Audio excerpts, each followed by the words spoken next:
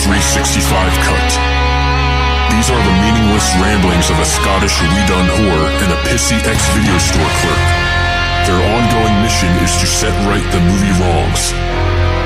They're gonna need a bigger podcast. Oh, mysterious girl, I wanna get close to you.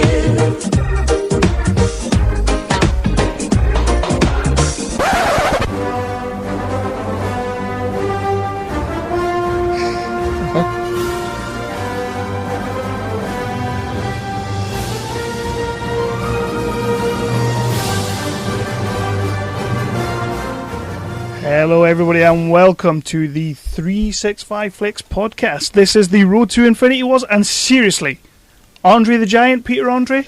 It was an accident. You couldn't get that right. It was an accident, and I'd had a couple of cans of beer. So we are joined tonight for the Road to Infinity Wars Doctor Strange episode with Mr. Jeffrey Now of the History of Bad Ideas. Have you listened to your latest episode there, Jeffrey? No, I have not. It just came out just a couple hours ago, and I hadn't had a chance to listen yet. It did. And Chris made a massive faux pas on the episode. And it was it made me giggle like a bastard. Yeah.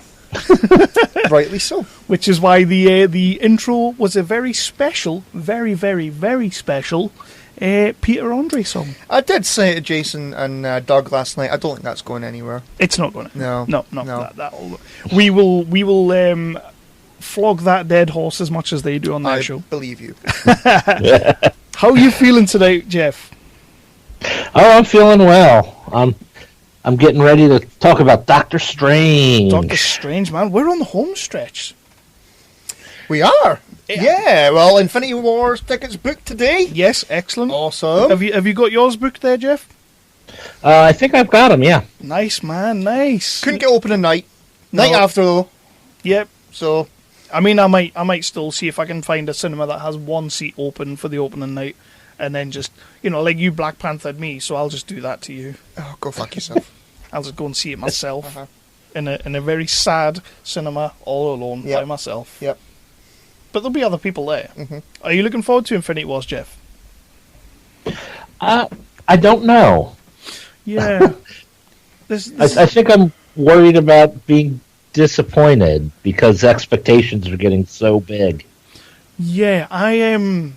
Yeah, I've been thinking about this for the last few days, and we've been doing the Road to Infinity Wars, and it's been quite exciting, but I am also kind of on the same boat as you right now. I'm very, very worried that I'm not going to get anything that I want out of this movie.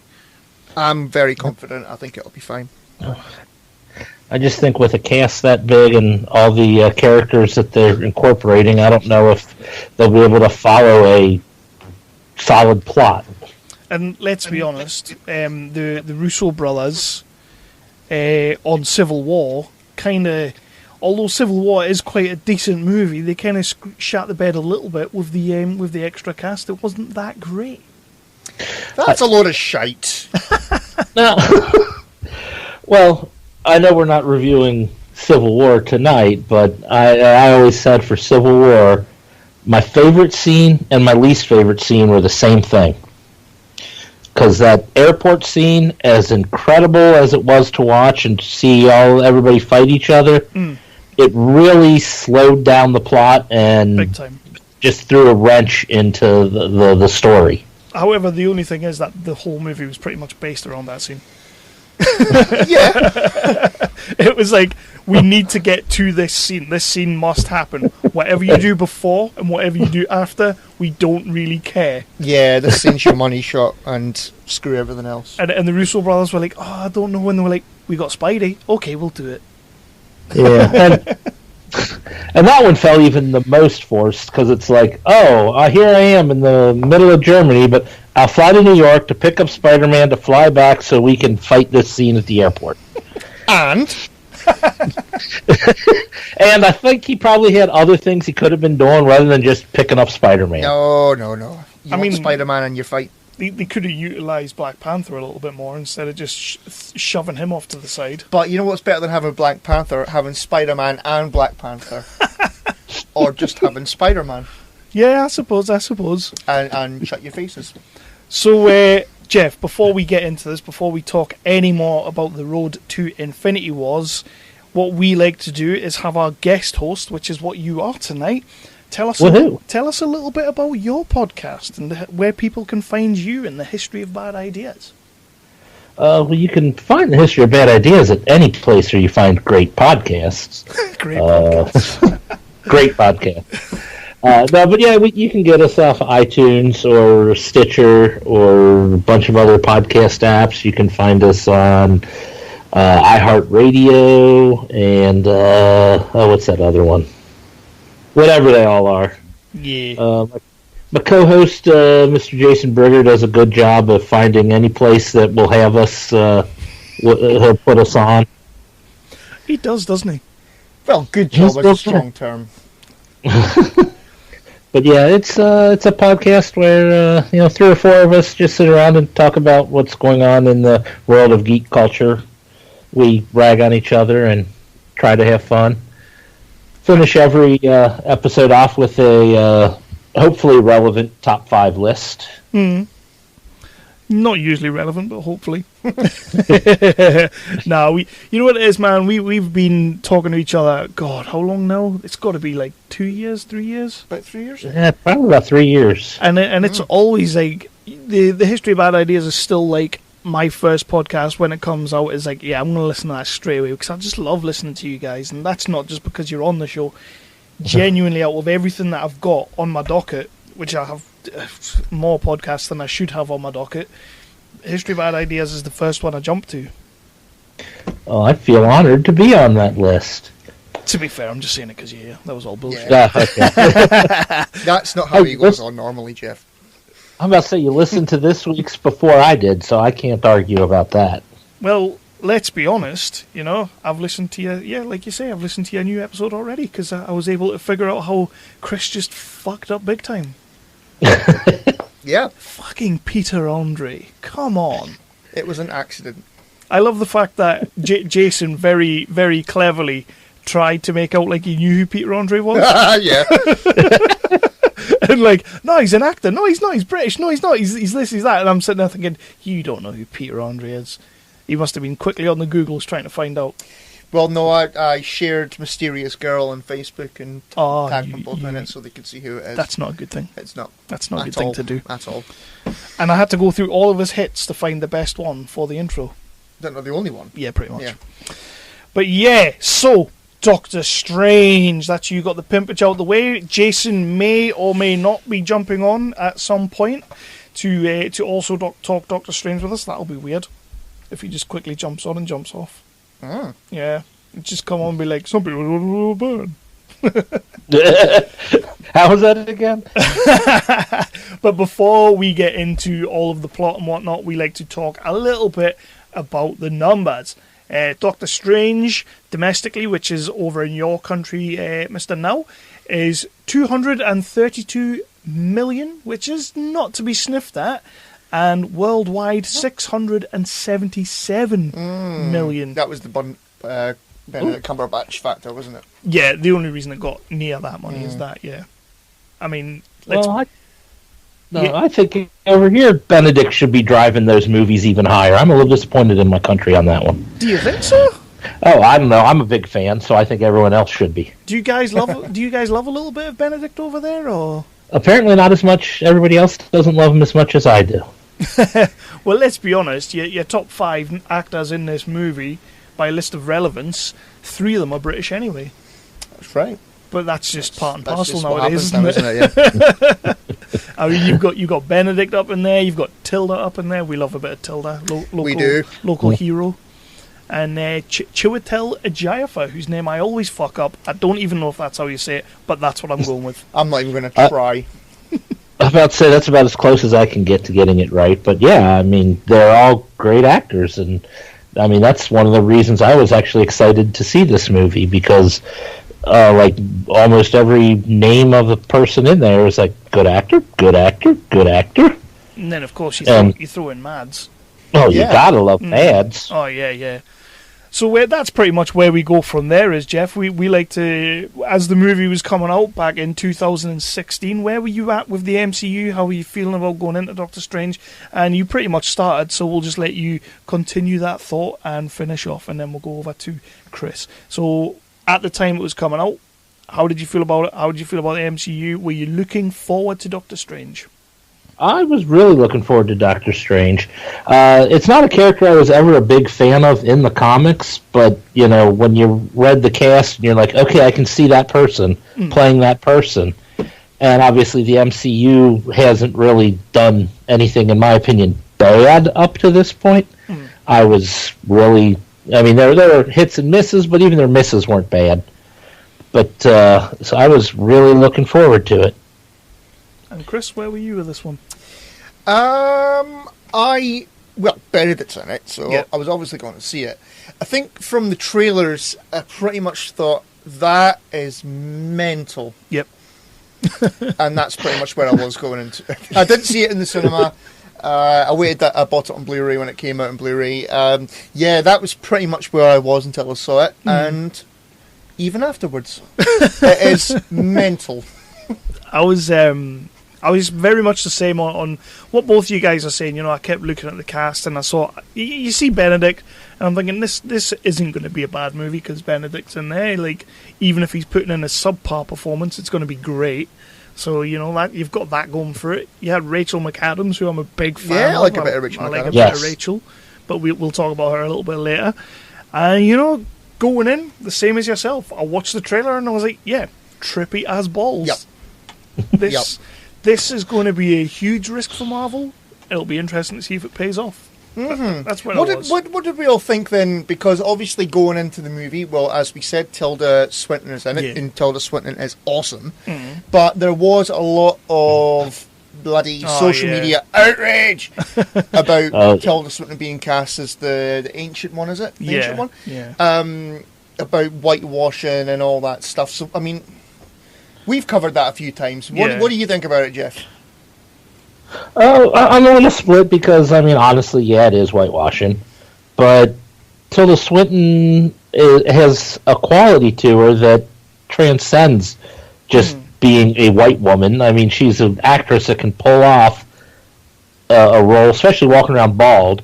She can pull it off. So, I mean, and I thought she did a great job. So I don't know. I'm kind of split. I can see both sides.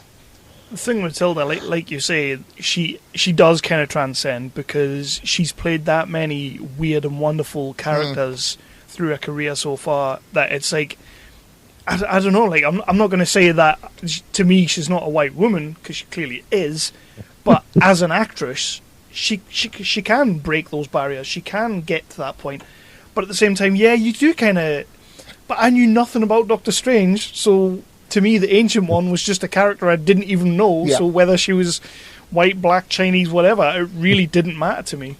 Yeah, the only reference that I remember of Doctor Strange was that he was in the Civil War graphic novel briefly, and other than that, I really had no idea about the mythology of the character or anything. So, yeah, I mean, I just saw Tilda Swinton was going to be in a Marvel movie. Fuck yes, basically. Plus, let's be honest, with the bald head and some of the weird face she's pulling, she does just kind of look like a turtle. Yes. You know, I was sitting there watching it today thinking, why does she look like a turtle? But a believable turtle. Yeah. Like a Teenage Mutant Ninja Turtles, like, hybrid turtle. Like, yeah, a cross between TMNT and the Mario Brothers. Wow. Oh boy. Yeah. I mean, as much as I loved the role and the way she played it. That's quite an image. I was just watching it today, I was like, yeah, Lindsay, do you think she looks like a turtle? And Lindsay was like, pretty much. You ever seen Master of Disguise with Dana Carvey? Oh, Lord. No. I saw the ads for that one. Yeah, she basically looks like what he does in the movie when he turns himself into a turtle. It's brilliant. I've actually seen that movie. That's a terrible movie. So, let's get on with Doctor Strangeception. Ha! I'm going with that, by the way. Yeah. Because it's like they're ripping Nolan off left, right, and centre in this film. Oh, I'm glad Jason's not here. to listen to this. Doctor Strange, you think you know how the world works? What if I told you the reality you know is one of many? This doesn't make any sense. Not everything does. Not everything has to.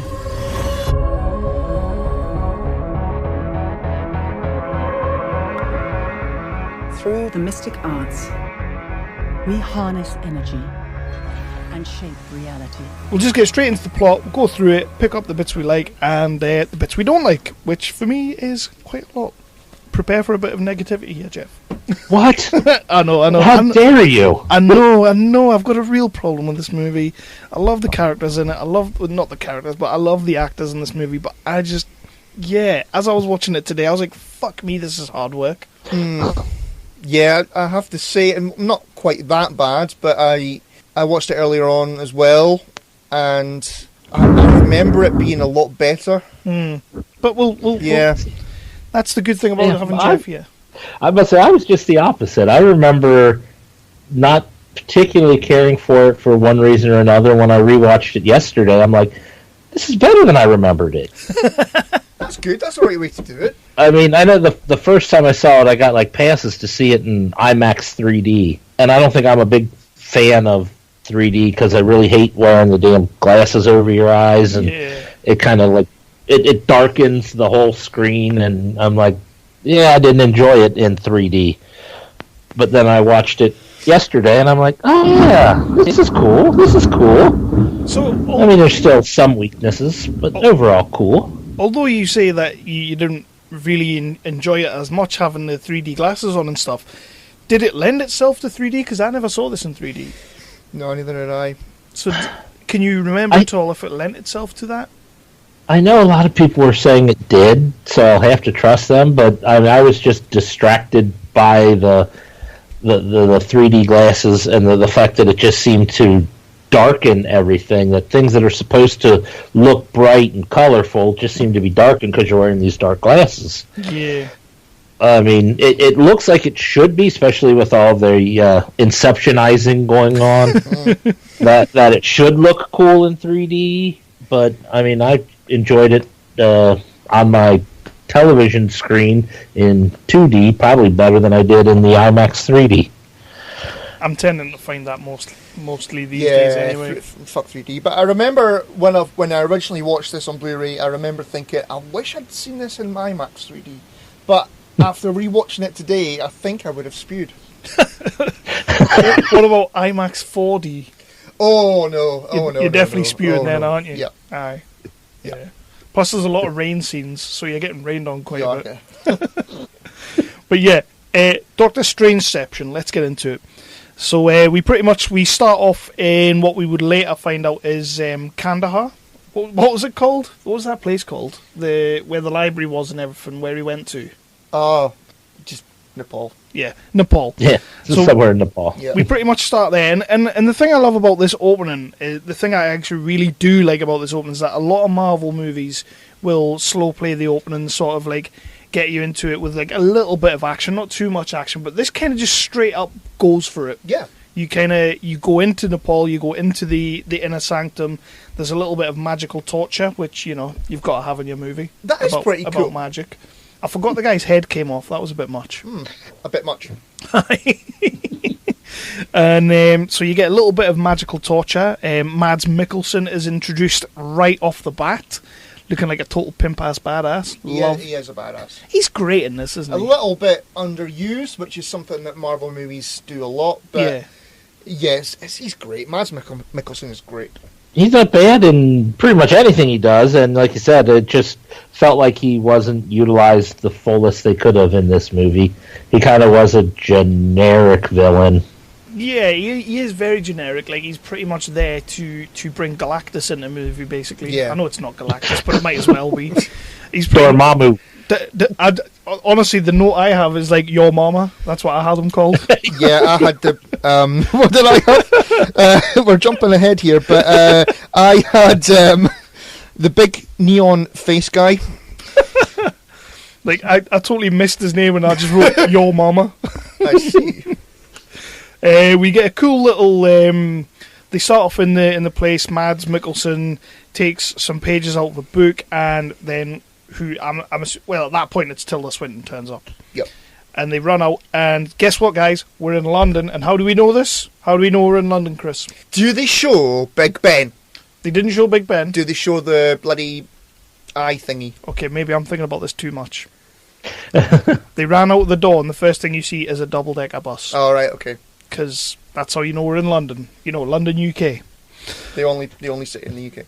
Jeff, does that worry you? Not worry you, but does it bother you that when movies are set in the UK at any point of any movie, it's just London? You know, honestly, I probably never thought about it. No? I think about nothing else. I mean, not being from the UK, I suppose it's not something that jumps to mind too much. So what you're saying is that you truly believe that London is That the London UK. is the UK, yeah.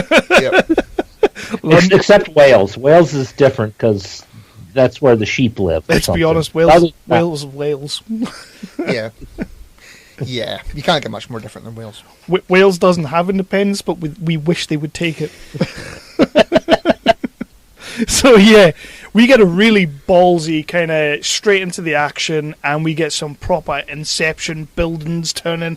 This is a fantastic. Oh, it's mental. I think this is a great opening for a Marvel movie, and I don't think we've kind of had a Marvel movie that starts with this much. Just kind of like, right, we're gonna show you exactly what this movie is all about in the first 10 minutes. Yeah. Yeah, I would agree. They go for it, don't they? They just throw it at it. Yeah.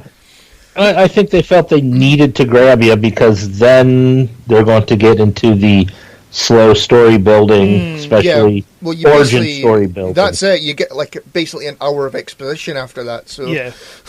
Yeah. Exposition after exposition. So we get that big ass opening scene. Tilda basically kind of doesn't really beat Mads. Mads disappears, and then she reveals that she's a big baldy. And you have a couple of people looking on the street going, ew, a bald woman, ew. Very judgmental. which nobody would ever do in London because nobody looks at each other in London. Exactly. Nobody even talks to So people. that's in London. unrealistic. That lost me right there. And we cut to Benedict Cumberbatch and about 1 trillion shots of his hands. Yeah. Because this movie's all about the hands, people. It's all about the hands. It's like he's washing his hands, he's putting gloves on his hands, he's doing this with his hands, he's doing that with his I hands. think like the director had to have Tarantino hand fetish. He's like, we're gonna get handsy now. And they got really handsy. And I was waiting for jazz hands. oh, that would have been awesome.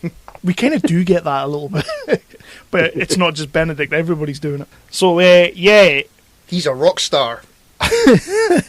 how many episodes, and I think I've mentioned this to you already, how many episodes of House was Benedict watching to get this accent? That's exactly it. That's the Dr. House accent. Isn't his accent exactly Hugh Laurie's accent? Yeah, maybe they had the same coach. The only thing is, that- Hugh Laurie really pulled it off. Benedict, not so much. Oh, how dare you. It's not terrible. We spoke a while ago about which one was better, Martin Freeman or Benedict, Yeah. and it's Benedict, isn't it? Oh, it's definitely Benedict. Yeah. Martin Freeman, go away. Bless him. We love him, but that accent is just not right. It's not right. Okay, I'll be honest. As an American, I didn't find any fault with Martin Freeman's accent. Wow. Really? I wasn't. Yeah, it didn't bother me. It didn't stand out to me. Like somebody like Charlie Hunnam from Sons of Anarchy. Yeah. Like when he was talking, it's always like, okay, that's somebody trying to pull off an accent. Every time he talked, that's what I heard. Yeah, but Charlie is from Newcastle, isn't he? So he's got the Geordie accent. And if you have like a Geordie accent, the way Charlie did back in his day, because he was in like Baker Grove and stuff like that, wasn't he? You can't get rid of that.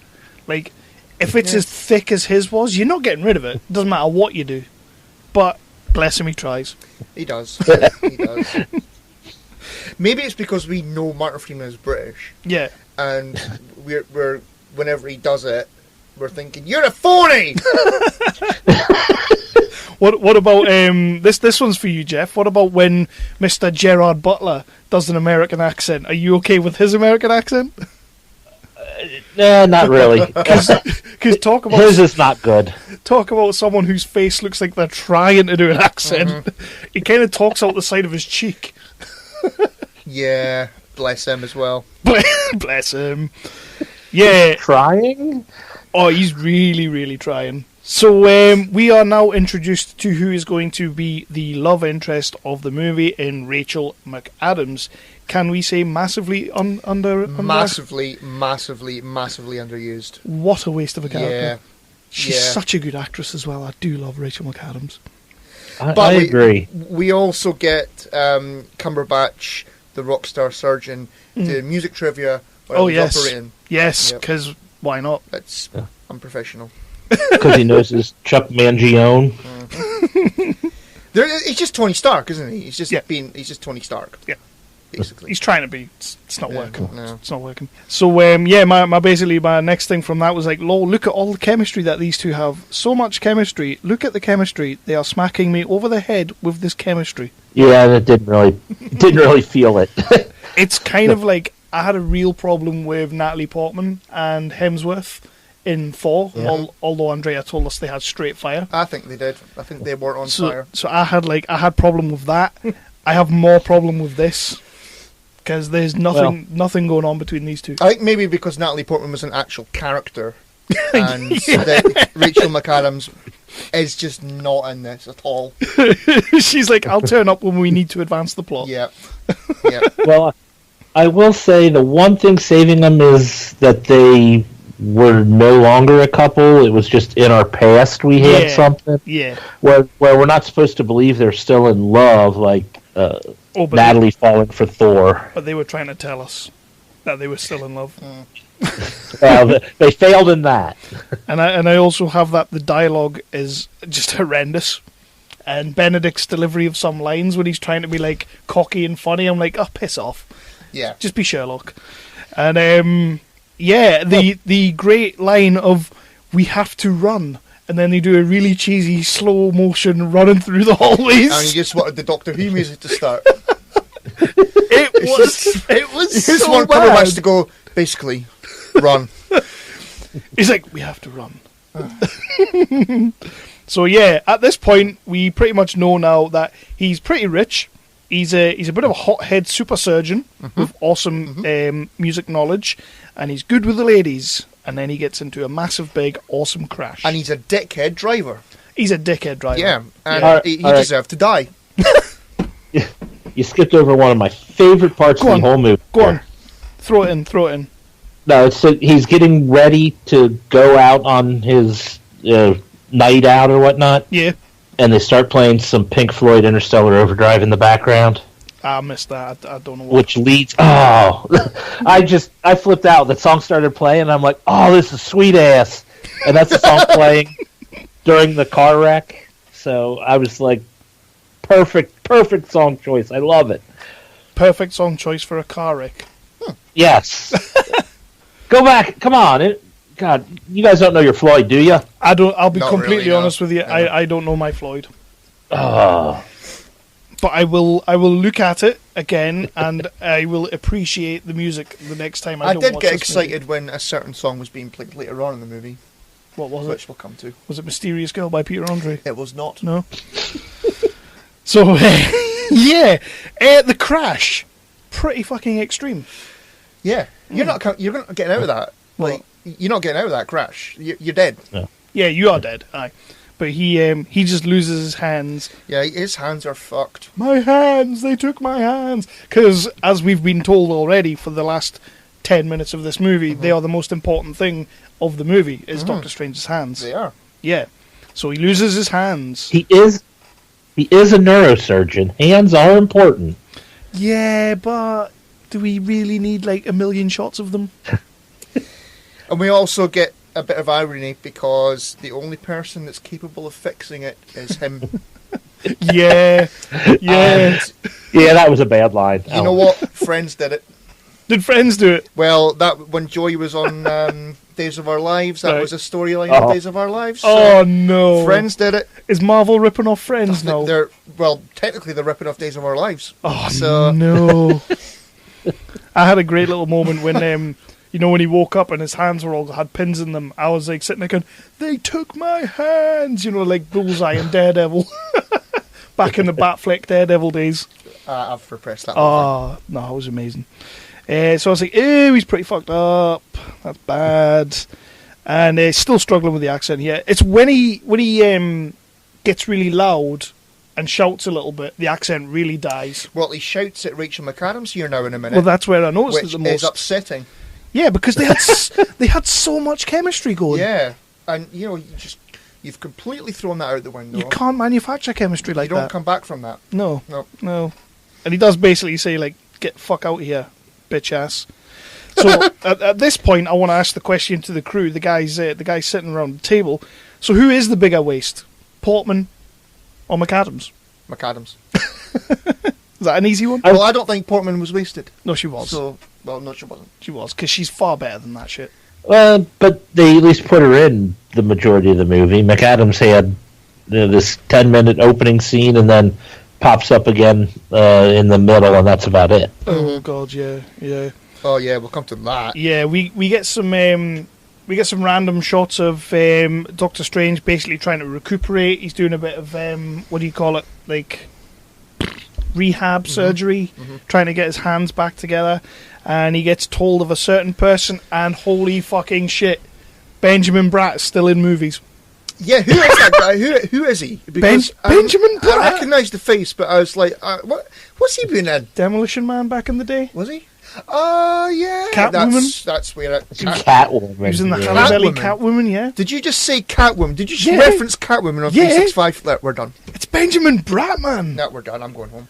And did it, like, when you watch these scenes with Benjamin Bratt, and is it just me, or is he slowly turning into Jimmy Smits? I actually thought it was. I think that was pretty much, he was like the up and coming Jimmy Smits. I know he was on Law and Order, and it felt like they were saying, okay, we need a Jimmy Smits like character here. And then they brought in Benjamin Bratt. But when was the last time anybody saw Benjamin Bratt in a movie? Because I was actually about to write down a Star Wars reference when he came on the screen, Jimmy Smits. but then I realised it wasn't him. That's So, fucking brilliant. Oh, but that is like literally when I was sitting there watching it, I'm like, A, Benjamin Bratt's in a movie. That's awesome. I'm so glad to see him still getting jobs. And then like B, I was sitting there going, holy fuck, he looks kind of like Jimmy Smits now. You're going to make me look up what Benjamin Bratt's been up to lately, huh? I think the last thing I seen him in, and this isn't like something I'm proud of, but the last thing I saw him in was Miss Congeniality. Ooh. Yeah, me and the wife watched Miss Congeniality not long ago. nothing wrong with that movie. There's nothing right with it. He did do a voice in Coco, Oh, of course he did. and he was in 6 episodes of Modern Family, if you guys watch that one. Nah. Not for a couple of years now. But I suppose if you watch it, he was what's her name, Gloria's ex-husband. Not for me. So yeah, Benjamin Bratt basically tells Doctor Strange where he can go and get his hands fixed, because That's right. he didn't use medical science, he used the power of the mind. Which, yeah, that works. We're a load of hippie nonsense. Yeah, well, this movie's going to get very hippie very soon. And guess what, Chris? I was so happy to see this. Regular titles? We go to Nepal with regular schmegular titles. Yeah. We don't have the Russo brothers shouting Cuba at us or anything like that. So what are you going to do if that's like that in the IMAX 3D? I'm and going to flip the fuck out. I'm going to flip out. You've had to pour your own popcorn, Yep. and then you go into the cinema, and there's big fuck off titles going, London!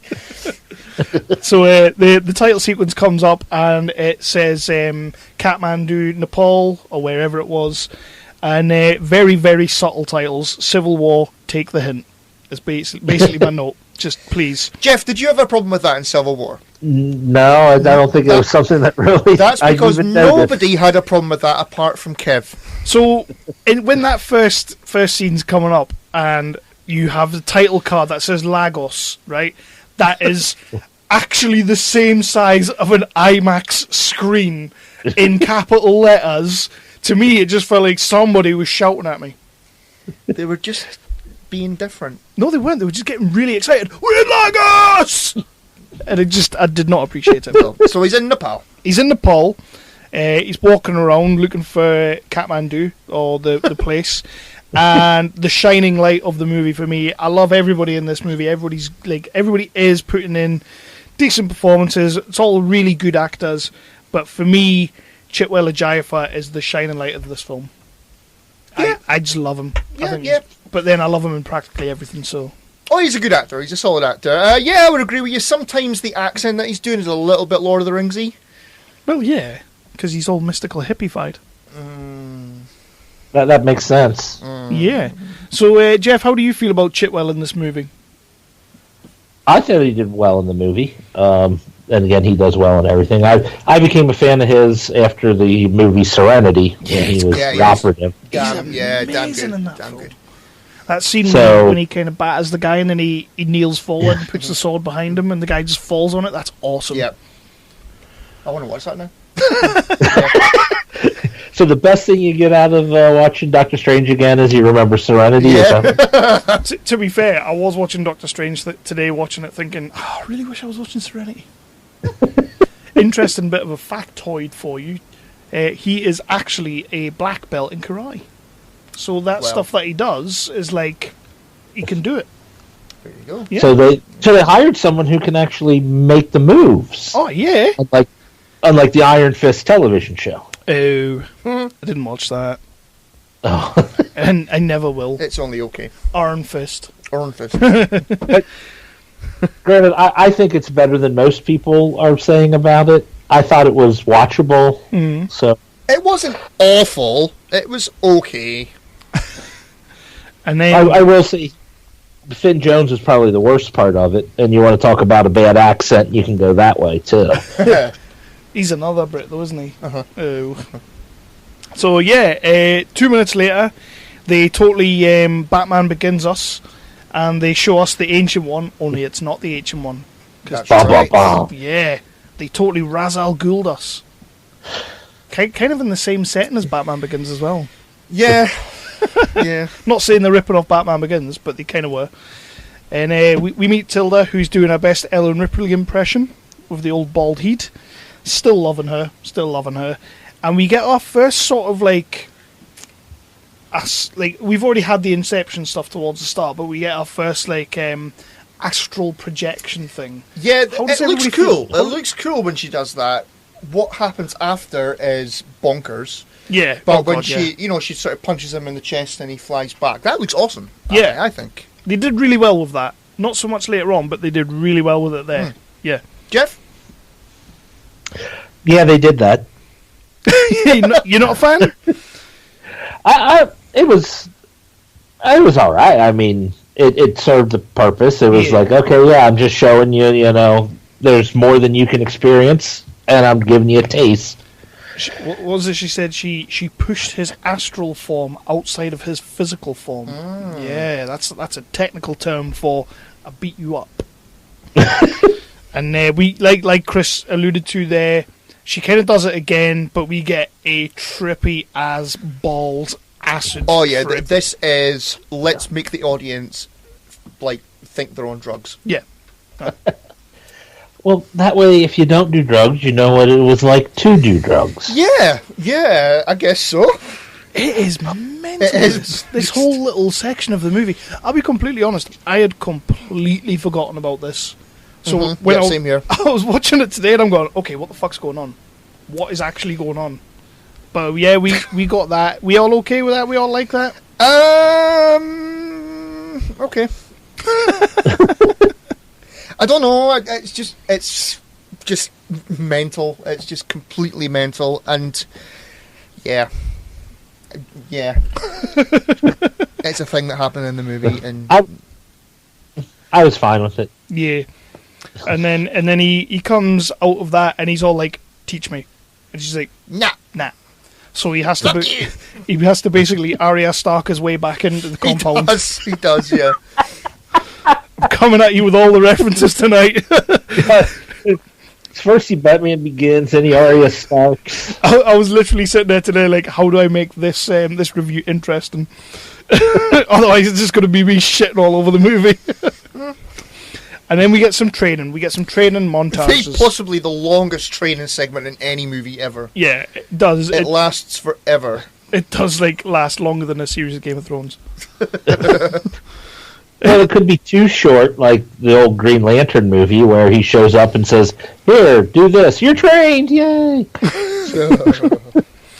So the only real note I've got here, I didn't really pick up anything that I really was interested in talking about, but sort of like, you know how we spoke about on the Civil War episode and on the Avengers Age of Ultron episode, how Elizabeth Olsen was telling Joss Whedon that she felt like a bit of a tit waving her hands around. Yeah. Everybody in this movie must be feeling like a right wanker. There's a bit where shortly where Cumberbatch or Doctor Strange is running up the side of a building and he's got his hand out in front of him and he's going like that with the other hand, like in circles, and it's thought, oh, you massive prick. They must have felt like idiots. Yeah. They must have. Yeah. But, you know, you're getting paid for it. And then we meet my other favourite character of the movie, Wong the bookkeeper. Yeah, he's cool. Yeah, he's a good actor as I well. like Wong. Wong's cool. Yeah. Anything you want to add about Wong? Because I've really got nothing else to say. I just think he's cool as balls. Well, he listens to Beyonce. Yeah, I've got that as a note. Chris loves this scene. Oh, yeah, that scene. Okay, sure. Shut up, Jeff. Beyonce, yeah, that's just what the show needed. Yeah. So one Better thing. than Pink Floyd. What? Oh, What? No. one thing that I picked up on, and gladly the movie actually acknowledged it as well, is the fact that Cumberbatch is dropping one-liners all over the place in these little training scenes with Wong and stuff like that. I mean, he's dropping the thing about the one-named people, the thing about Google Translate being fluent in that, and not one of these jokes is like landing. No. And I'm not talking about with Wong. I'm talking about with the audience. Yeah. Not one of these jokes You is just want to landing. shout, "You're not Tony Stark." No. What? I don't think they were supposed to land, really. You're supposed to be awkward, and he had no way. He was terrible at dealing with people, so his jokes weren't good. Yeah, but even then, as an audience member, you're supposed to get the awkward laugh. And I wasn't getting the awkward laugh. I was just getting the, okay, move on. But then they acknowledge how funny that his character isn't, so that's fine by me. Yeah. We get some more Nolanness with Mads Mikkelsen again. We get more like buildings flying around, and we get more training. Basically, this whole fucking sequence is training. Yeah, we get to learn about the Mirrorverse. Yeah. The Ancient One says to him that it's used to contain threats. And he says, why would it be used to contain threats? You'll see. And she goes, because exposition. It might be important to the plot. We get a stumpy, freaky dude with that kind of put me off a bit. Yeah, it's a bit broken, Yeah, isn't it? I wasn't too keen on that. But he could make good shapes with his stump. She totally like takes him out to Everest and strands him on Everest, which is a pretty cool I actually scene. quite like that. It's a pretty cool scene. There's another one that I'd forgotten about. It's more Tilda Swinton and Thingy Bob, Yeah. who have stood there. You're not even going to attempt that. I am name. not at all. Okay. They're looking increasingly nervous as, just give it a minute. Just give it a minute. Ah. Yeah, I like that. That's a And good you awesome. see her playing with the fan behind her back, like properly. Yeah, I've killed him. Shit. Doesn't he go like, oh, not again? And then she stands there and goes, "You're supposed to be the chosen one." Now we're into Star Wars. All right, this movie's got everything. I'm going for it. So one thing that I did love, right, and this is I suppose this happens in most superhero movies, especially when they're doing the origins and stuff, is the fact that he comes back from Everest after using the magic, and because he's learned the magic and because things are better now, he's got to have a new hairdo, he's got to have a shave, he's got to have a shave. he's got to start looking sharp. But why in the hell would you have that stupid fucking douchebag goatee? Because it's Doctor Strange. Oh. Yeah, because it's Doctor Strange. I think that's how you know Yeah, it's but Doctor come Strange. I feel that like that's a character trait he's had since they created him. Yeah, but no. Yeah, he deserves it more than Tony Stark because he's had it first. Yeah. No. No. And then we get Chris's favourite part, which my note is, I bet Chris has a boner right now. Wong is listening to Beyonce. He is. Yeah. And we're getting some weird through the portals, grabbing That's the books. pretty cool. That's quite funny. It's not. It's alright. It's not. Yeah. See, this is the montage to show that he's actually learning now. Yeah. And we get one of my favourite scenes of the movie is with Strange, and I keep forgetting what the guy's name in the movie is, but it's Chiwetel, and they're having a little Mordo. Mordo. Aye. So they're having a bit of a sparring match, which is great, and some awesome little bit of choreography going on. Mm-hmm. But again, it's just a massive exposition dump. Yep. Because you get some exposition about the big bad in the movie. It's just a cleverer way of doing it. But not that clever, not really. I didn't mind it. I quite liked it. I liked this little sparring match. I was kind of waiting most of the movie to see this as well. Yeah. No? No. Okay, No. Stop putting faces at me. So then you get the Eye of Agamotto library scene when he realises he can do whatever the fuck he wants because he's the main character. Yeah, that's pretty cool. He was because he's the main The movie was named after him. So. It's just his learning curve is ridiculous. Let's be honest. He's only been there. Imagine him going, "Don't argue with me. I could have you killed." He's like, Well, but we saw him when he was studying. When he was sleeping, then his astral form was also studying. So he was studying all the time, even when asleep. is that like me? You know how I have that problem with my sleeping? I've got sleep apnea. So even though I'm sleeping, I'm not actually sleeping. So do you think he's just really tired all the time because that's what it his is. astral form is constantly just reading books? That's what it is. Clearly. Yeah. Clearly. That must be it. Yes, that I think is the definition of sleep apnea. My astral form is just walking around. Yeah. But the Eye of the Agamotto scenes, everybody do we like this scene? Yeah, I was okay with it. Yeah, there's a lot getting told without actually telling you, to be fair. And then we get our first actual, honest-to-God, Avengers reference. Yeah. In a movie that isn't an Avengers movie, they talked about the Avengers, which they've only ever done in Or Ant-Man. about 2 lines. Well, you get the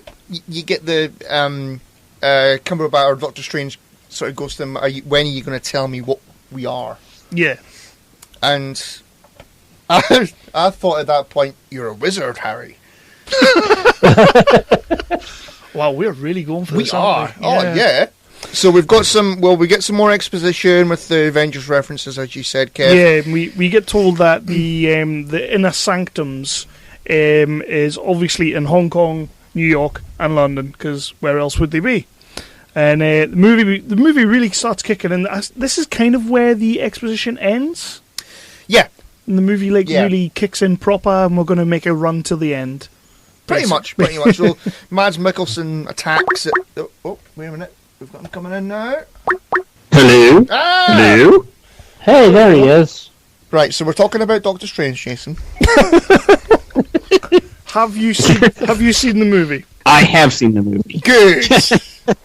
Okay, so yeah, well, we've had a big shit ton of exposition and all that, and we are now up to the part where Mads Mikkelsen's character, whose name I cannot remember, attacks the New York Sanctum. Sanctum. That's right. The inner Sanctum, which is this a nod to Sherlock? The address, or is this an actual Doctor Strange thing? No. Did anybody That notice it? That I don't know. I noticed there was an address, but I don't know of it being a nod to Sherlock or not. Because it's the address is 177A Bleecker Street. Right. Is it a nod, or is it just It's got Sherlock. Sherlock's. Eh?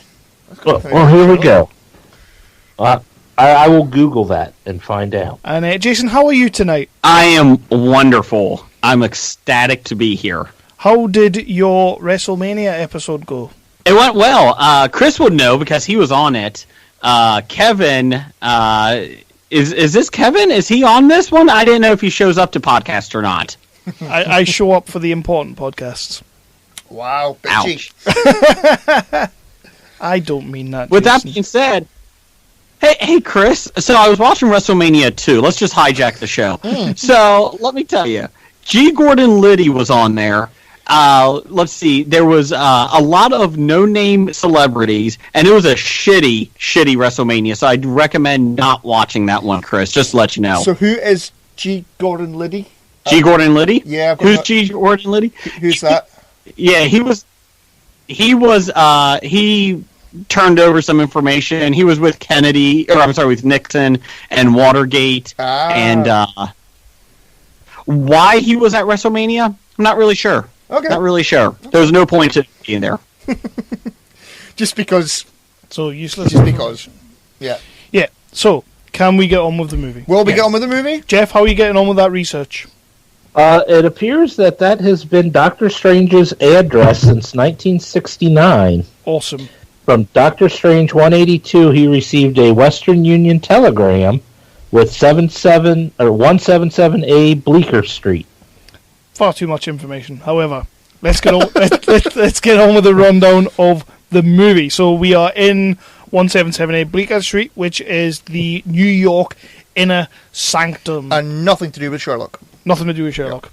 And in here, we get a pretty badass battle between Doctor Strange, Capey McCape, and some badass wall-running parkour ninja monks. Yeah. I kind of actually really did enjoy this scene. Parts of it. Parts of it I enjoyed. The with the bit where Benedict gets the cape and he's trying to run forward and the cape is pulling him back the way. Yeah. That looks like shit. Well, yeah. But you laughed. Come on, you laughed. I did not laugh. I laughed at how... I did actually laugh at how hard Marvel tries to inject humour in their battle scenes. Like, they just try so Kevin. hard. Sometimes they try really hard just to break the tension, break the battle by going, look, we're still a Marvel film. I just thought it looked like shit. It kind of does a little bit. Yeah. But yeah, so we've got... I've even got a note there saying, oh, fuck off, stop with the middle battle Marvel humour. We've got Mads Mikkelsen doing his thing, he's awesome. Doctor Strange gets caught monologuing and gets muckle stabbed. He gets muckle stabbed. Because I do like that bit when Mikkelsen starts laughing and he's like, you find that funny? And he's like, no, I find it funny that you've dropped your whatever, and then it stabs him. Mm-hmm. Yeah. One bit I did laugh at is when, they've got Mads Mikkelsen and the looking like Hannibal Lecter. Yeah. Yeah. And he's got the thing over his mouth and he's kind of going and he goes, what? Marvel humour. That's funny though. I laughed at that. It's Marvel humour. That was funny. Yeah. How did you guys feel about the Hannibal Lecter get up that Mads Mikkelsen was thrown into? I think I watched the wrong Doctor Strange. I was watching the one from 1978. You know Is that the one we're reviewing? You know what? I tried to get a copy of that so that I could watch it for this episode, so that we could at least talk about it for a moment. But I couldn't. I couldn't get it. No. I think I've seen about 20 minutes of it, and it's god awful. No, see, I like this scene. Doctor Strange, just get up to speed here, is not my favorite character at all. In fact, I think he's fucking annoying in the comic books. I agree. I actually agree. Don't worry about it. I thought Brother Voodoo was a better Sorcerer Supreme about 10 years ago. Jeff, were you reading comics at that time? Yes. When Brother okay. I mean, I didn't really read any of the titles that Brother Voodoo and Doctor Strange are really in. So, but I do remember when they did make Brother Voodoo the Sorcerer Supreme. And I really don't like the whole Richard Reed, Doctor Strange, and Namor together. Uh-oh, what am I doing? What are you doing here? Richard Reed? You mean Reed Richards? Whatever.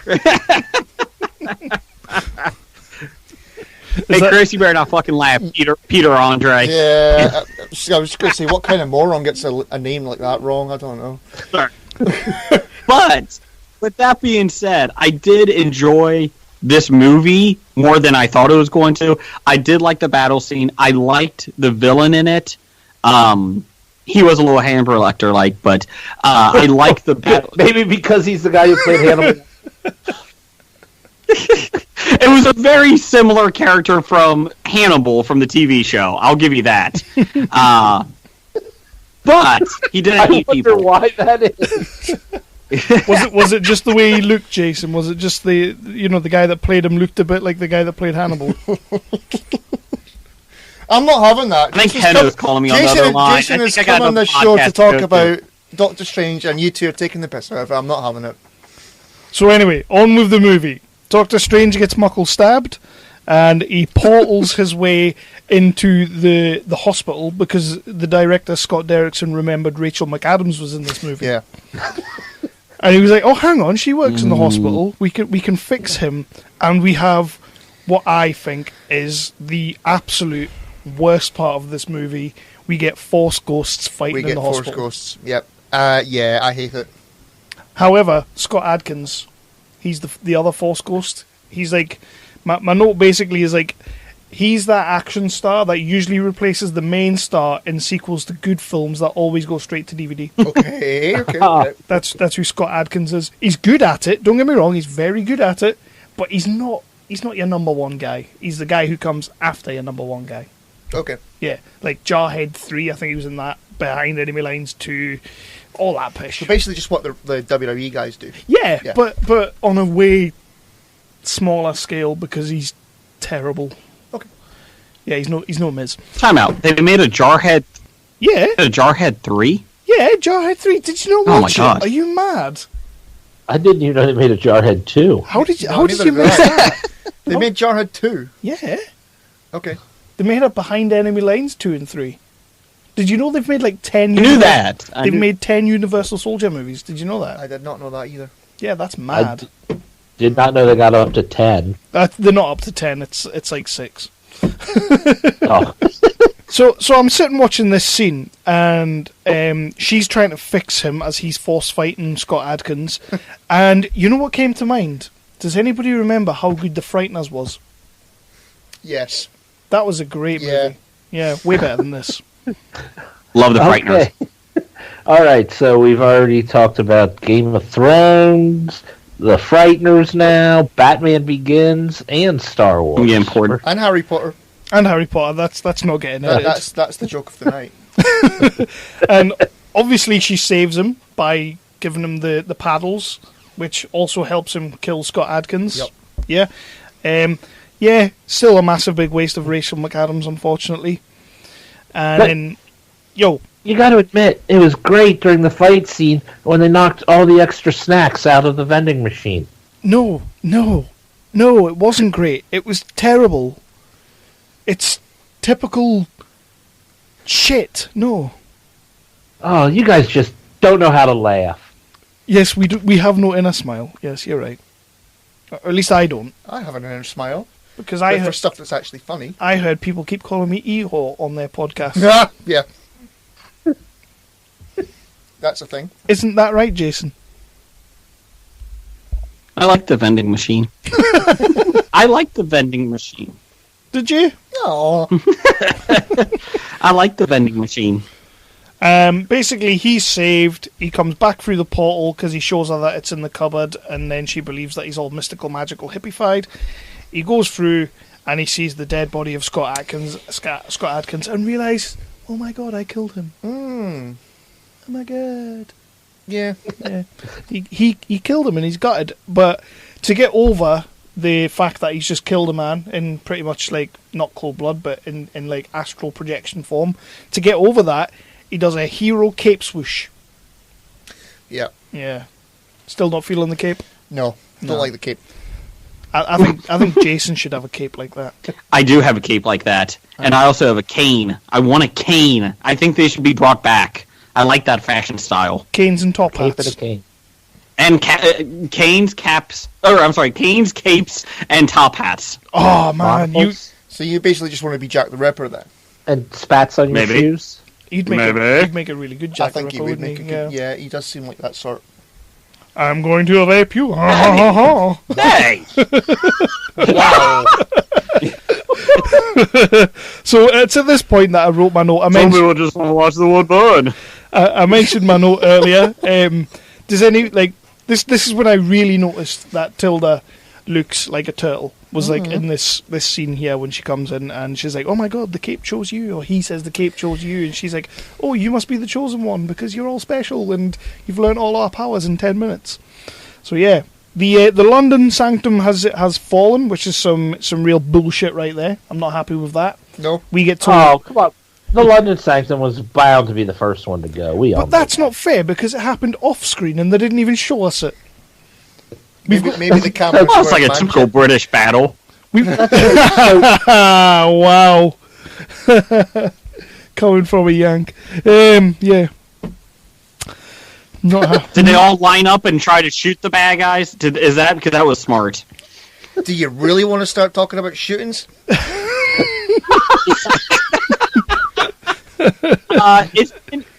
It's been 5 hours since our last mass shooting. Oh well, so that's good. That's good.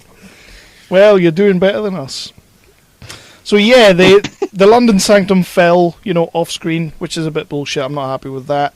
We get another big action Inception set piece. This is pretty much the big set this piece is in the of mirror movie. inverse. Yeah, this is like as good as it looks. It is fucking nuts. Yeah. I mean, imagine filming this on because I'm assuming they would have done it on green screen and that. Imagine doing this. What am I doing now? Where am I now?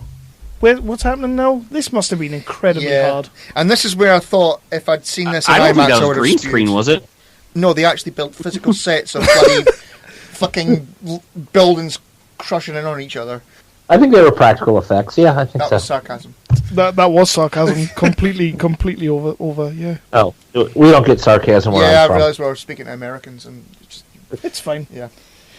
You notice how Jason comes on the show and it becomes insult fest. Yeah, I know. Yeah. We were getting on perfectly well with Jeff. So yeah, this is like the big set piece of the movie. This is also where we get our typical standard Marvel Stan Lee cameo. Yeah. Giggling like a bastard. Bless him. Yeah, It's okay. It's alright. it's better than some that he's had. Yeah. Yeah, it's better than some. Not many, but. And then we get a big battle between Mads and the Ancient One. Yeah, it's pretty cool. Yeah, I like this. It's like a big boss battle in a game. Yeah, they kind of play it off that way with Yeah. the floating things. I'm not saying that they ripped off Revenge of the Sith in any way at all, but that's kind of what it comes across as. Does it? Please never say that. No one rips off Revenge of the Sith. Everyone rips I off don't- Revenge of the Sith. I don't remember the Ancient One saying, "Are you an angel?" Okay, Well, I don't that remember wasn't them Revenge of the saying Sith. that. That was bloody Attack of the Bloody Clones. So Yeah, get your movies right, Jason. yeah. That was it actually Phantom Menace. Yeah, get your Yeah. movies right, Chris. Oh shit! So it was. God damn it. But yeah, so we get Mads and the Ancient One going at it together, and obviously we know how this is going to end because movies need to progress plots, and the Ancient One basically falls to Earth in a pretty fucking brutal plummet to the ground. Yeah, she would have been a pizza on the fucking pavement. That is brutal as fuck. Yeah. I was kind of watching it today like, wow. You're mush. Yeah. You're not being carried in anywhere. You're mush. You're being No, cleaned up no. by a sponge. She was channeling power from the dark dimension. That saved her Bollocks. from dying immediately. Oh, we did get told that, didn't we? That was We that was a did. part of the Yeah, story, that wasn't was it? a twist. Part of the story that didn't need to happen at all whatsoever. But it did. And then we go back to the hospital because remember Rachel McAdams is in this movie. But we also we also get the other asshole doctor. Who's try- in everything. Yeah, guy- everything ever. The guy who's in everything. Yeah. Yeah. And we get some ghosties doing some real talk. About I actually like this. do you? I do. Okay. So, okay, we'll go around the table. How does everybody feel about Tilda and Benedict just trying to outact each other a little bit in this scene? Guys? Eh. Eh. I like Benedict Cumberbatch. I really do. But I think he's a little overrated, and I feel like sometimes he's just not acting. You're wrong. You are wrong. Why is he on this fucking episode? For exactly this reason. Jason, I saw WrestleMania 2 today, and then can we talk wrestling? No, you got to do that all yesterday. Today is Doctor Strange Day. And you missed the Benedict Cumberbatch love fest at the beginning of the episode. You did. You missed it. Oh, dear God. Oh, God. I just wasn't there. I didn't miss it. Trust me. You know what we normally call him in Britain? Benedict Cumberpants. Because that's what I do when I see him. Wow. No, I don't. That's just wrong. That is not a thing, by the way. That's a Kev thing. I do when I see Tilda with a bald head, though. Oh, yeah, Tilda. Who needs Rachel McAdams? We got Tilda. So Jeff, how do you feel about ghosties on the land and talking to each other? I liked it. You liked it? I enjoyed the scene. Mm-hmm. Hey, why not have a slow, let's have exposition and talk about feeling stuff? Hey, it fits. Well, this is the whole movie is that. Well, we just got out of an Inception fight. Come on, Jason. You had to take the slow after the fast. Okay, 80% of it is the same thing. 80% of the movie is the same thing. But this was the good part of that. Come on. I suppose as well, once you get out of this scene, you pretty much go into the last stretch. Yeah. Like, there's not much else going on after this. So I suppose you need to take a minute, and she has to die anyway, because, Thanos is coming. She could easily take him out, so he's coming, so she has to die. Yeah. So, But also, because she's dead, as we find out, then there's nobody... Inside. No, because the character is dead. All right. Then there's nobody sort of defending the Earth, so... Yes. Although he's way more powerful than her already. Well. Because he did his, nighttime reading when he was sleeping. Which I'm still not buying. I'm telling you, that's why I've got sleep apnea. So, So, we get more capey nonsense with the slapping of the face when he puts the cape on and it starts slapping him because, it's Marvel, so why not? And then we go to Hong Kong. I said, wasn't the cape drying his tears? Come on. Drying his... You know what, man? I would take drying his tears. I'm not taking the bitch slapping that he got from it. They're basically just making the cape like the flying carpet in Aladdin. Yeah, very much so. Yeah. Because it's Disney now, so come on. Get with the program. Well, I've got no problem with that because, A, it's Doctor Strange. He has a cape. They have to find some way some reason for him to have a cape other than because that's what it was drawn in the 60s. So... They gave him a magic cape. I'm fine with it. I'm fine with the cape. I just don't like the fact that they kind of tried to make it its own character. And I'm like, Yeah. And it's all like, you ain't as good as me, Doctor Strange. I'm going to slap you in the face. And then it did. Mm-hmm.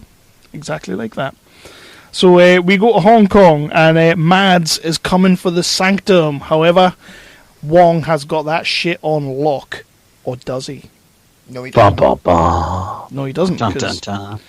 Yeah, we get a nice little Doctor Strange and Chiwetel again in the middle of the room, basically saying that Hong Kong's going to fall. He's all like, she lied to me. She was getting the darkness and it was helping her live. And Doctor Strange is like, no, we have to go and do it. And he's like, no, I can't do it. And it kind of just sets up his character arc for what I hope is going to happen in the next movie.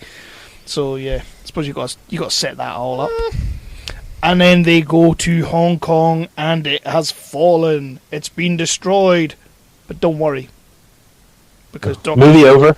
Doctor Strange has got a power for that. Yes, because as you said in the Civil War and Age of Ultron episodes, the powers of Scarlet Witch is whatever the movie needs, as is Doctor Strange's. Well, it's a time stone, so you can do timey-wimey stuff. See, right now, I'm going to tangent for a second here because I've got a real worry. You know how, Jeff, we were talking at the start of the episodes about being a little bit worried about going into Infinity Wars. Here's my biggest worry about Infinity Wars, and I alluded to it on the Civil War episode. You know how we got that scene where all the Avengers were dead? Tony Stark had the vision that they were all dead. Yeah. My biggest fear is that Marvel is going to give us that scene in Infinity Wars. They're all going to be dead, they're all going to be crippled, they're all going to be fucked, and then are going to take it straight away from us when Doctor Strange comes in and goes, "Oh, the Time Stone," and then like turns everything back and everybody comes back to life. So we're going to get the big death scenes for everyone, and then they're going to say, "No, it's all right. Doctor Strange will fix it. It'll be fine." That's how the first movie is going to end of Infinity War. Everyone's swear dead. to God, if they do And that, I agree. I actually talked about this too. I don't know if it was on air or off, but I said the same thing. It's going to be the same exact thing. Yeah. They're all going to die, and then the fucking Time Stone's going to bring them back because we got to bring everybody back. Yeah. Fuck that. 100%. If they do that, I am not watching the second one. I'm not watching it. Yes, you are. No, I'm not. I'm not. I'm done. I'll wash my hands. How are of the they whole going to fucking do thing. that if Thanos has the Time Stone on his gauntlet? But does he have Doctor it? Strange will get it. Does he He'll have get it? it? Well, if he's going to kill everybody, he's probably going to do it when he puts the gauntlet all together. I don't even think he needs a gauntlet to kill Hawkeye, or Black Widow, or Scarlet Witch. Pretty much Agent Coulson. About 80% of the people I think he's okay to kill without that. I had my favourite conversation ever the other day, and I can't remember who it was. We were talking about who we were hoping was going to die in the Infinity Wars, and I was like, I'd love to see Cap die, I'd love to see Iron Man die, and he turned around at me, and bless him, he's a bit simple. He says, "I honestly think Ant-Man's going to die," and I says, "You do realise the new Ant-Man movie comes out in August?" And he was kind of like sat there, and he's gone, no. Bless him. It would make it interesting if they kill Ant-Man in Avengers, but he comes back for Ant-Man too. Well, this is what he said to me, because he did try to dig himself out of the hole he was already in, and he did kind of turn around and says, "But what if they kill him in Infinity Wars, and then Ant-Man 2 is actually a prequel to Infinity Wars? It's set before it." And I was like, I'd be alright with that, but no, it's not going to happen. No. How about this? Thanos kills everybody, and every Marvel movie from here on out, is a prequel to Infinity War. Until it gets to that point. Or a dream. Or a dream. A dream. Fuck that. I'd be okay with a dream. Just in 3 years' time, Tony Stark's going to get out of the shower. That would be pretty awesome. Let's all be real. Infinity War should be good. Scott Snyder's not touching it, so it should be fine. I think it would be perfectly... Or Zack Snyder, whatever the fuck his name is. I think it would be perfectly fine. How dare you. How dare you. Sorry. I couldn't even get his name right. That's how much I don't know which is if it's good or bad that you like insulting Zack Snyder or that you messed up his name. That's how much I don't care about him. So I'm sorry, his name is Martha. My bad. Hey, no. Hey. My favourite plot twist ever. So, yeah. Like I say, I guarantee this is what they're going to do in Infinity Wars. The Time Stone's going to, save everyone. It's going to be utter shit. But that's my biggest problem. Well, my biggest fear for that movie is that. That and that, Cap doesn't die. Speaking of Doctor Strange, 10 minutes ago, I really like the Doctor Strange comes back and starts... doing the Time Stone just to get the deal on to reverse Hong Kong being destroyed. I like that idea. I liked it. Well, Are you being sarcastic? No, I actually did. I really did enjoy it. The bit where they're fighting while time is reversing and they're also having their fight. Which makes no sense. But it's cool. It makes no sense. But it's still cool. It makes perfect sense because you got a timey-wimey object changing things. So now you're dropping Doctor Who in here. Someone threw it out there earlier, so I'm just... This episode is just full of references to everything but Doctor Strange. Did anybody actually enjoy this movie? I do like how Jeff has known me for almost 20 years, and he still thinks I'm cynical and sarcastic on everything. Even when I'm sincere, he thinks I'm being an asshole. So... Well, that's your default mode, so... Thank you. So take that as a compliment. Doctor Strange is reversing everything. He's making everything better. They're having battles in between all that. And then Mads Mikkelsen straight up stops time and says, "I've had enough!" And then we find out that Doctor Strange can fly. Yeah, he kind of space layers himself. Yeah, he kind of just oh, by the way, I'm going to fly now. Is this a Doctor Strange fly? Didn't you notice that earlier in the movie? So it's all cape powers. That's cape power. I fucking hate that cape. And we head off into the dark dimension to speak to Galactus. Well, Momora, or your mama, or whatever he's Your called. mama. And- Or Mamu. Now, I'm gonna say something that I think may not go down well with the team, but for me, and this is me personally speaking, this is the stupidest way to beat a baddie in a movie ever. It's so fucking bad. Wrong. I like it. I'm gonna bore him into submission. I just assumed that this went on for hundreds and hundreds of years, but they only showed us 3 minutes of it. Because it only, Yeah. to be fair, it only went on for 3 minutes. Yeah, but it probably. Yeah, I'm saying though they just showed 3 minutes of it. It like was like Groundhog Day, where it just kept going on and on and on. No, he killed him 6 times, and he was like, "I'm bored." Yeah, but you only see Bill Murray die like what 10 times or something. Right. But you know, Because he only died 10 times. no, he didn't. Of course. If I had to be stuck with Andy McDowell, I probably would die 10 times too. That's nasty. She's a lovely woman. Yeah. No, like I'm legit. Like I just don't think this is, apart from some of the inventive ways of killing him, which were pretty cool, and it was cool seeing Benedict Cumberbatch getting exploded quite a few times. But this is just, for me, this is a terrible way to kill a bad guy. I thought it was okay. And then he comes back down to Earth, and it's an even terribler way to take out the sub bad guy. Yeah, he gets like melted or whatever. It's like I don't even have to fight you because I made a deal with this fucking Doylem up there. And Exactly. Use your brains, not your fists. Come on. oh no, nah. Just like in 1776, you Brits are wrong again. Let me explain this to you. That is a great fucking way to end a movie. It's different than any other superhero ending, and it's different. How is I it like different? How is it different? Because, like Jeff said, he's using his brain instead of his brawn. He did exactly what Star-Lord did. He just distracted him and like did a dance off, but like not a dance off. He just made time repeat itself loads. He used the time stone, not the power stone. Completely different. It's the same fucking ending. Kev, don't you ever. It didn't distract him. He trapped him in a loop. Infinite. Forever and ever. In a distraction. I'm honestly I'm like I say, I didn't think this was going to go down well around the table, but I just personally think that is the stupidest way to kill a baddie ever. Kev, never talk about Chris Pratt again either. You're done. Never talk about him. I am Chris Pratt, bitch. You are actually. You are. Yeah. He's got 12 abs. You got 1. I get it. It works. 1.5. I'm losing weight. Thank you. Okay, my bad. Well done. And then he gets rid of your mama, and he gets rid of Mads Mikkelsen, and then he does a punchline, and Wong laughs.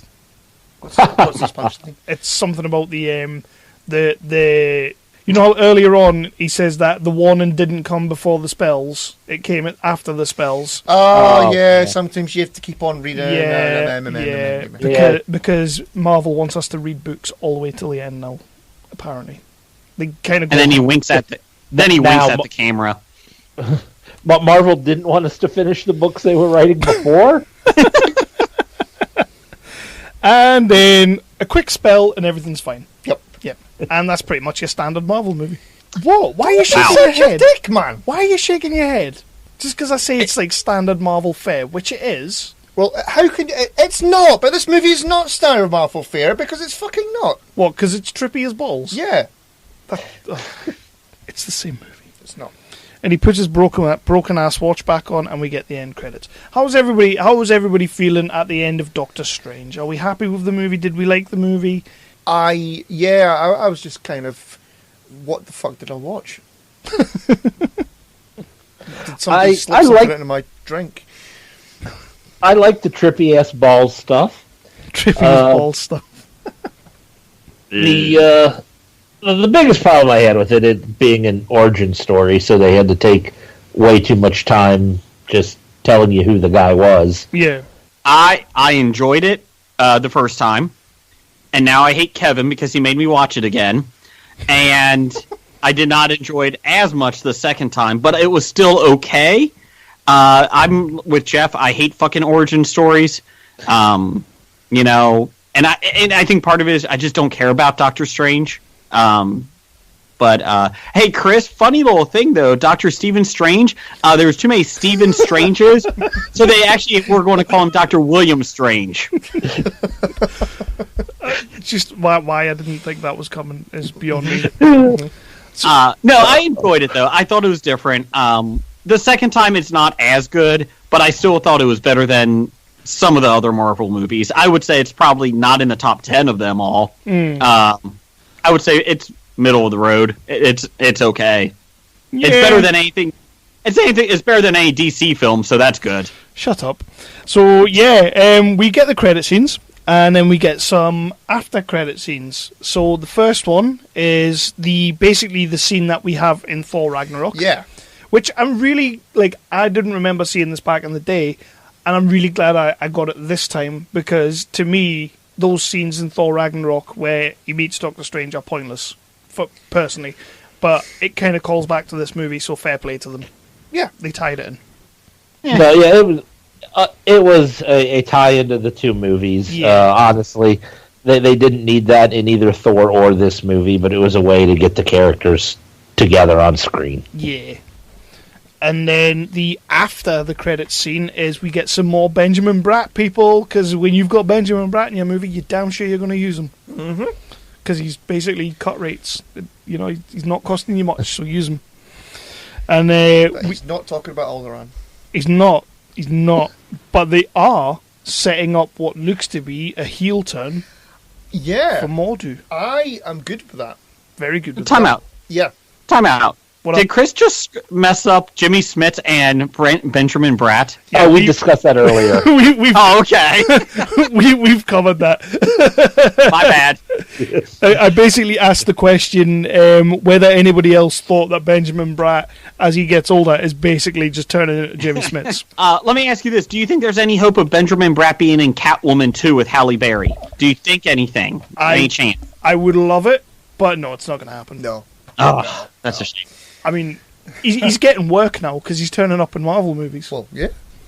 Yeah. Does he really have future in Marvel movies now that his spine has been resevered? Yeah, they all crippled him, didn't he? They did. They could shave him, and he could be Professor X.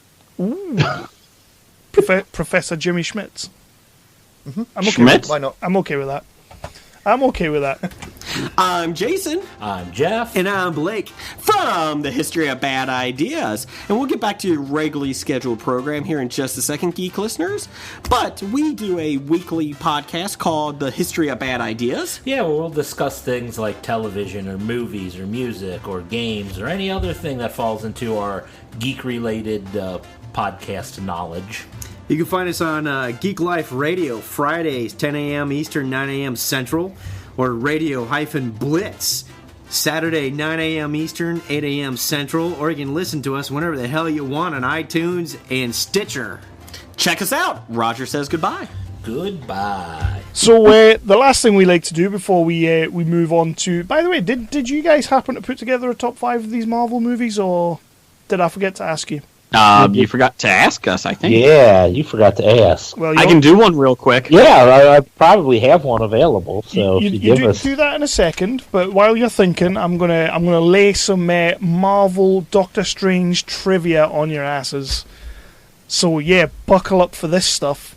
So Rachel McAdams' startled reaction in the broom closet was genuine, since the mop handle fell completely by accident. Okay, that's the kind of trivia you get. I thought it was genuine because there was a big hole in the time-space continuum in the closet. Well, no. Turns out it was an accident. So while filming, I read this. I remember reading this. Benedict Cumberbatch walking into the comic book store in the full Doctor Strange get-up and buying some Doctor Strange comics. Okay. You would though, wouldn't you? No. I know. If you're fucking Doctor Strange, of course or if you're in a costume, fucking yeah, you're going into a comic book store. Why wouldn't you? Of course you would, and you'd want them for free. Yes. You'd be like, I ain't paying for these, and I'll use my magic. And then you would just start flicking your fingers around, and yeah, you'd be fine. Mads Mikkelsen admitted that with all the computer-generated imagery, he got a bit lost on how to film his scenes, especially during the mirror dimension scenes. Not very good. I can imagine that. Not a very good actor if that's the case. No? How dare you diss mods? Benedict Cumberbatch received help with finger-tutting movements from dancer J Funk. Oh, God. Yeah. The spirit fingers? Yeah. Okay. Everybody can do that. Jazz Spirit hands. fingers.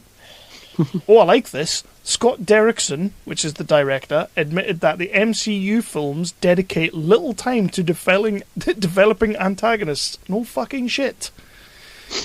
Unless it's Loki. Yeah, Loki. Yeah, they always spend time on Loki. So he just hoped to show Mads Mikkelsen's character, because I can't say that. Caecilius? Caldrogo. Caecilius? Caecilius. Easy for you to say. Point of view. Ivan He's Drago? silly. Just remember he's silly. Describing the character as villain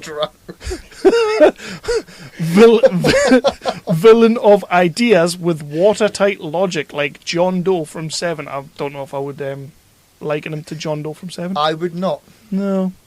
I will crush you. Near the start of the movie, when there is a wide shot of the Manhattan skyline, Tony Stark's Avengers building can be seen. I saw it. I noticed it. I didn't. At all. Jeff, you're not looking cooler just because you're agreeing with that. Come on. You didn't see it. I'm looking cooler just because it's me speaking. Here's one for Jeff. So the scene where the cloak of Leviathan wipes away strangers' tears was improvised on set. Oh. It was It was a suggestion Benedict Cumberbatch made to the crew, who liked it enough to create it. Ah, fuck him. I still think See, there you go. It's got to be a good idea if it was Benny's. Fuck. It's got to be a good idea if it was Benny's. Has anybody called them Benny's? I don't think they have. Due to the popularity of the Marvel films, Rachel McAdams had a change of stance and became interested in appearing in any of the MCU films. Unknowingly, she agreed to Doctor Strange, which is a piping hot piece of shit. That's a bit of weird trivia. That's not what it says, though, is it? That's not what it says, no. Time out. An actor wants to be in a Marvel film? No way. Really? That was one of the other things. I read that Cumberbatch didn't actually want to be in this to start off with.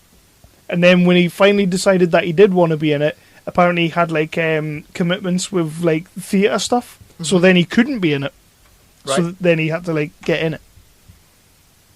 So like he didn't want to be in it. He wanted to be in it, but he couldn't get in it. So then he had to like force himself in it. I see. But, right. Kind of like most British gentlemen. So yeah. Well, honestly though, he was the obvious choice. Whatever anybody said, MCU, we're doing Doctor Strange, who should it be? 99 out of 100 people said Benedict Cumberbatch. Joaquin Phoenix. Oh, fuck that. Jason was the 100th person. He was also in the running, apparently. Nah, fuck that. Yeah, unfortunately, he smells really, really bad, so they said, fuck you. Get out. Piece of shit. You want to talk about some interesting casting for the Ancient One. So who do we think may have been in the running for the Ancient One, which is Tilda Swinton's character? Throw some names out. Roseanne Barr. That would have been a good one, but no. Kevin James. Also a good one, but no. Some people just want to watch the world burn. Michael Caine. Jackie Chan. Jackie Chan. Jackie Chan? At least they wouldn't have got shit for casting Jackie Chan. Yeah. Not as much shit as they would have got if they casted one of these guys. So yeah, three... Jaden Smith. Jason, just don't. So, yeah, okay. So, Morgan Freeman was on the list. Really? Would you be okay with that? No. He'd be don't think. I could be wrong. I don't think he would have the physical ability to do what they needed him to do. Oh no, God no.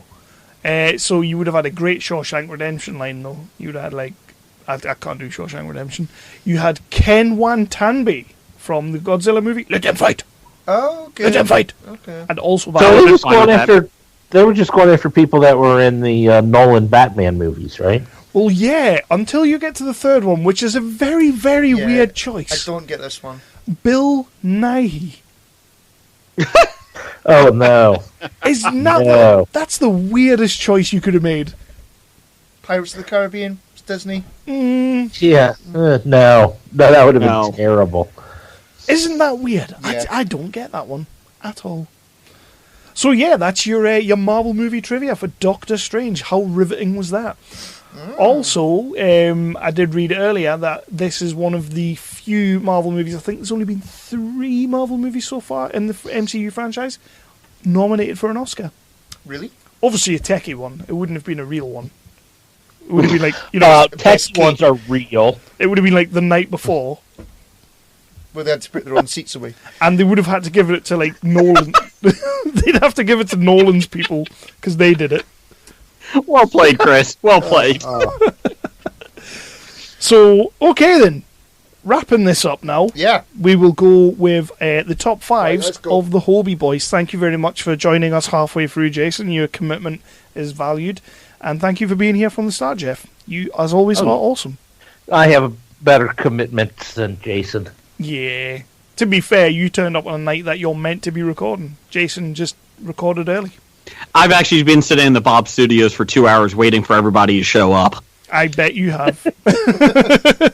So I was like, where's Blake? So because we value Jeff just that little bit more, we will let Jeff give his top 5 first. All 5 of them? Yeah. Well, no, you can give us 3, you can give us 6, you can give us, 5. Well, I mean, are we doing these one at a time, or are we just... I'm just throwing out all 5. That's what I'm that'll be interesting. Do that. Which one? what? Which one do you want to do? You and the word, you said yes. It's only you two doing it, so just go like one, and then the other one, and then the other one, and then the other one. Snake draft. Okay, do 5, Jeff. What's your number 5? Do a snake draft. My number 5, I hobied it, because I needed to put 6 movies on this list. Because of course. Because of course. Number 5, I had Guardians of the Galaxy and Spider-Man Homecoming. Nice. You got Spider-Man Homecoming that high? Yeah. Fuck off, Jason. I like Spider-Man Homecoming. Oh, You know what? well, Michael Keaton as the Vulture is probably the best performance in all the Marvel movies. Hey, Chris, What? sit back. Let the professional amateur podcasters do this, okay? Sit back. You're going to get hurt. Okay, so let me do a top 5 here, Jeff. Number 5 here is your Spider-Man Homecoming, and what was the other one? That I had? Yes. Guardians of the Galaxy. Okay, well, you're an asshole, because that's my top... that's probably number 4. Number 3. Number 3 for me. Well done. So put that on the board. My number 5 is the Avengers. The original. Okay. That's my number 1. Put it on the board.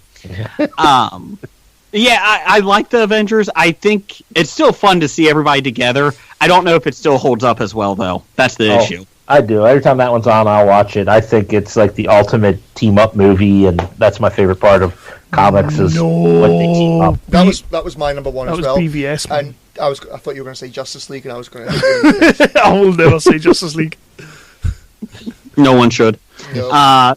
So what was my number 5? Avengers. Okay. Number 4. I'm going to probably have to go Iron Man, the original. I really like that one. Iron Man. He's actually wrote Iron Man. White Martian. All right, Jeff, what's your number 4? Well, my number 4 is Captain America Winter Soldier. Really? I thought that'd be higher. 4 is a pretty good number. I suppose you got Avengers at number 1. I suppose I'll give Yeah, you I that. did have Avengers at number 1. Yeah, I'll give you that. What's your number 3, Jeff? My number 3 is Black Panther. That's in my top 3. Yeah. Obviously not 3 though. I don't know what number it is. I'm just giving you some names here, numbers. Is Jason's number 3 Iron Man 2? No. Number 3 is going to be Black Panther. I'll give you that. Number 2 is going to be... I'm going to Hobie it. I'm going to do Captain America, the Winter Soldier, and I'm going to do Guardians of the Galaxy. I'm going to put those two together.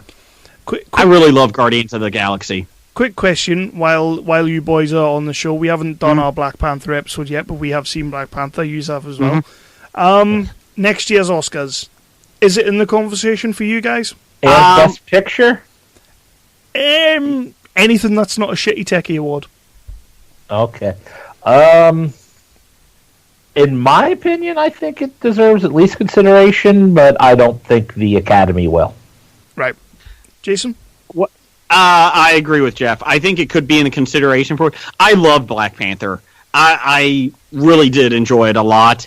I want to see it multiple times to see how it holds up. I think it's going to hold up great, but I still want to see it multiple times. You know what? Fuck the Oscars. They don't know what the shit they're doing anyway, so fuck them. They're not going to put that on. They're going to probably put another fucking Daniel Day-Lewis movie on about sewing or something. Fuck him. Yeah, if you guys were unaware, for some reason, Jason hates Daniel Day-Lewis. How can you hate Daniel Day-Lewis? Yeah, he's a fucking great actor. Whoop-de-shit. We don't need to nominate him for everything.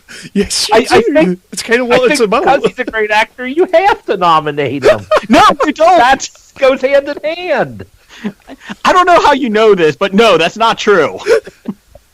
So there's been many undeserving winners of the Floppy Awards, okay? So I don't know what the Oscars are doing, but they don't fucking have a clue. There's only been one undeserving Floppy winner. Kevin? No. Chris? Oh. Well, technically I won that vote. Well, technically you won shit because I'm the Floppy Award winner. I won that vote by a landslide and I still got robbed. Well, no, you didn't. Fucking bastards. Right. Wow. Where were we? Number 2, Jeff. What's your number 2? My number 2 is Captain America: The First Avenger. Fuck you. That's my number 1. You put Captain America: First Avenger above Winter Soldier. Yeah. Yeah, I love the first one. Okay.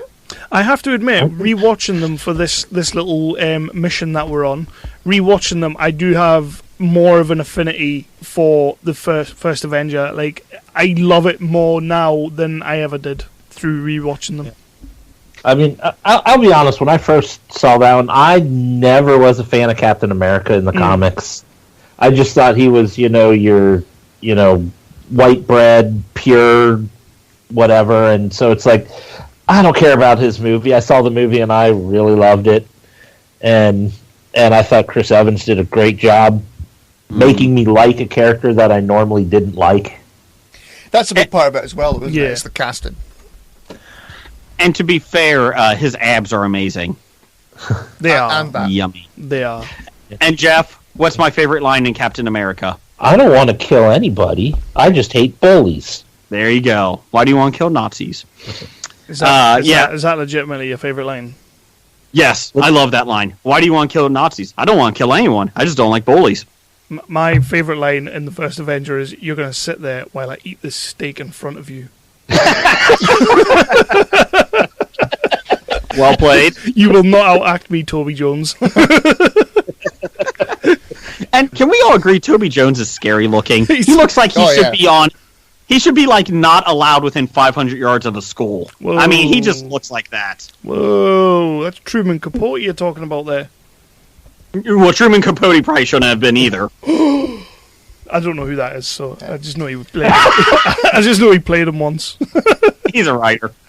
But so did Philip Seymour Hoffman, and probably better. So yeah, Philip Seymour Hoffman won the Oscar for it too. Fuck the Philip Seymour Hoffman too. Jesus Christ! God, what is your problem with celebrating good actors when you give away awards for good actors? Really, he is overrated. Well, he was. He's dead now. No.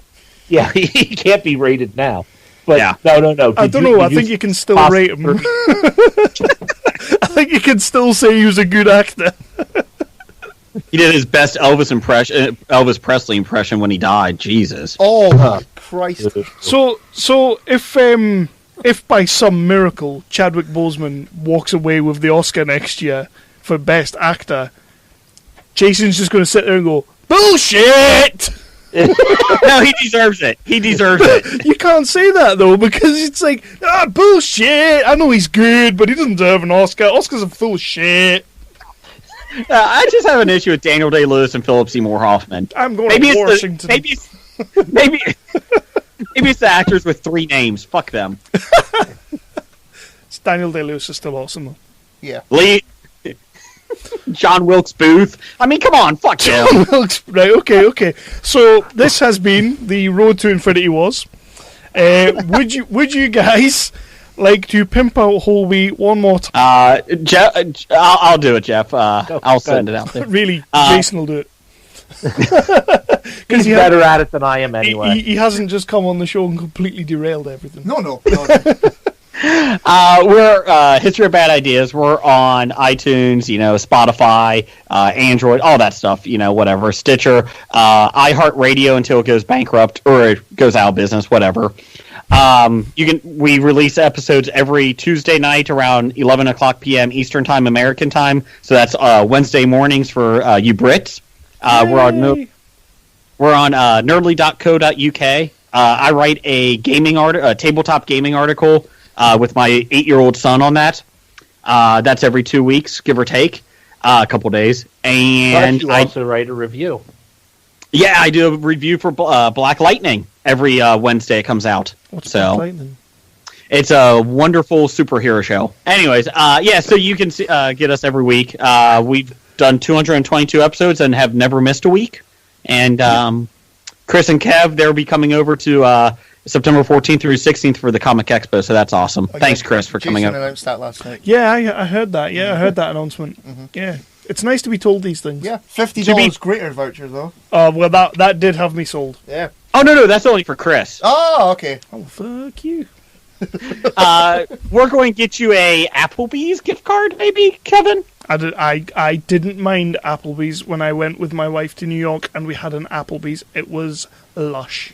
Thank you so much for jumping on this episode. It has been great. It's going to be an absolute nightmare to edit. Thank you so much for that. It is, There's just the parts in the middle where you just edit out Chris's Harry Potter joke. Everything else will be fine. The Harry Potter joke's getting lost. If you cut that out, I'm quitting. So, yeah. That's us done the episode. Right. Thanks again for coming on. It's been awesome. I'm really glad when we put this out that you guys wanted to jump on and do one.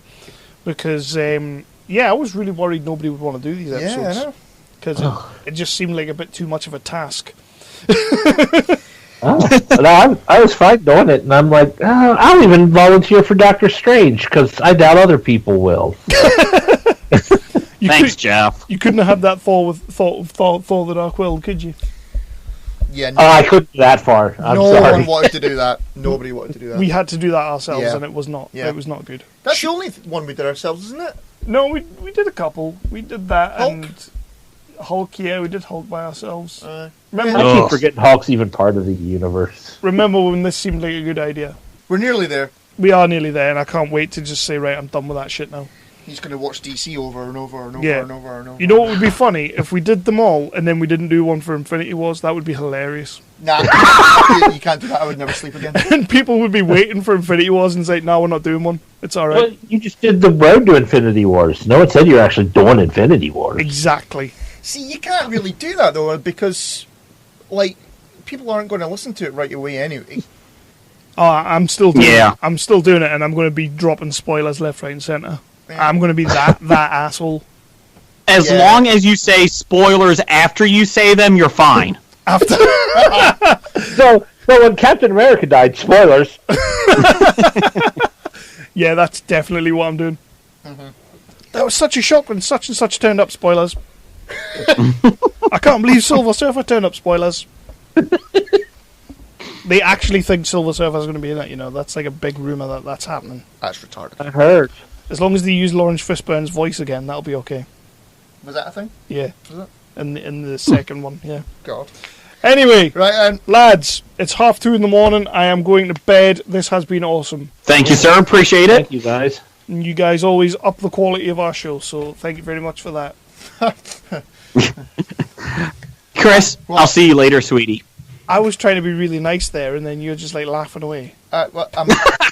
This is the second night in a row I've been up at this bloody stupid o'clock. I'm going hysterical. That is because you love Jason Brigger. I do love Jason Brigger. Yeah. I do love Chris. With his half an hour.